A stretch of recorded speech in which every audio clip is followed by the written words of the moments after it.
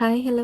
അപ്പൊ നമുക്കിന്ന് ബിരിയാണി ഉണ്ടാക്കിയാലോ? ഇത് എന്റേതായിട്ടുള്ളൊരു തട്ടിക്കൂട്ട് ബിരിയാണിയാണ് ട്ടോ. കാരണം ബിരിയാണി ഇങ്ങനെയാണോ വെക്കണേന്ന് വെച്ചാൽ ഇങ്ങനെയല്ല നല്ലായിരിക്കും പറയാൻ പോണത്. ഉം, എന്തായാലും ഈ വലിയൊരു ഉരുളിയൊക്കെ കണ്ടിട്ട് നിങ്ങൾ തെറ്റിദ്ധരിക്കണ്ട. ഞാൻ ഗ്ലാസ് അരിയുടെ ബിരിയാണി മാത്രമേ വെക്കണുള്ളൂ. ഞാൻ പൊതുവേ ബിരിയാണി ഈ ഒരു ഉരുളിയിലാണ് വെക്കാറ്. കാരണം എനിക്കിതാണ് കംഫർട്ടബിൾ ആയിട്ട് തോന്നിയത്. ഇളക്കാനും വഴറ്റാനും ഒക്കെ എനിക്ക് കുറച്ച് എളുപ്പം ഇതായിട്ടാണ് തോന്നിയേക്കണേ ട്ടോ. അപ്പൊ ദേ ആദ്യം നമ്മൾ എന്നും ചെയ്യണ പോലെ തന്നെ നമ്മുടെ ഈ കിസ്മിസ് സാധനങ്ങളൊക്കെ വറുത്ത് മാറ്റി വയ്ക്കുക. പിന്നെ സവോള ഇടുക. സവോളയിൽ ഞാൻ പഞ്ചസാര ചേർക്കാറുണ്ട്.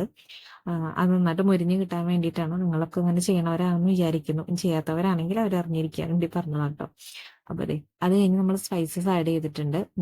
അപ്പൊ സ്പൈസസ് ഒന്ന് ശരിക്കും ഇതായിട്ട് വരുമ്പോഴത്തേക്കും നമുക്ക് വെജിറ്റബിൾസ് ആഡ് ചെയ്യാം. ഞാനിവിടെ ക്യാരറ്റും നമ്മുടെ ബീൻസും ആണ് എടുത്തേക്കുന്നത്. രണ്ടുമൂന്ന് സവാളയും ഉണ്ട് അതിനകത്ത്. അപ്പൊ ഇത് നന്നായിട്ട് വഴണ്ട് വരുമ്പോഴത്തേക്കും, അതായത് നല്ലോണം കുക്ക് ആവണ്ട, ജസ്റ്റ് അതിന്റെ ഒരു പച്ച ഇത് ഇങ്ങോട്ട് വിട്ട് വരുമ്പോഴത്തേക്കും ഞാനത്തേക്ക് ജീരകരിയാണ് എടുത്തേക്കണം. കുതിർത്തി വെച്ചിട്ടുണ്ടായിരുന്നില്ല. അതുകൊണ്ട് തന്നെ എനിക്ക് 2 ഗ്ലാസ് അരിക്ക് 4 ഗ്ലാസ് വെള്ളം എന്നുള്ള പാകത്തിന് പകരം 5 ഗ്ലാസ് വെള്ളം ഒഴിക്കേണ്ടി വന്നു. അപ്പൊ കുതിർത്തി വെച്ചിട്ട് എടുക്കണവർക്കാണെങ്കിൽ 4 ഗ്ലാസ് വെള്ളം പാകമായിരിക്കും കേട്ടോ. അപ്പൊ ദേ ഞാൻ ആദ്യം 4 ഗ്ലാസ് വെള്ളമാണ് ഒഴിച്ചത്. ഒന്നും കൂടി കുക്ക് ആവാനുള്ളതുകൊണ്ട് 1 ഗ്ലാസ് വെള്ളം കൂടി വെച്ചിട്ട് ഞാൻ അടച്ചു വെച്ചു കേട്ടോ. അപ്പൊ ദേ ഇത്രേ ഉള്ളൂ. ഞാൻ നല്ല തിളച്ച വെള്ളമാണ് ട്ടോ ഒഴിച്ചത്.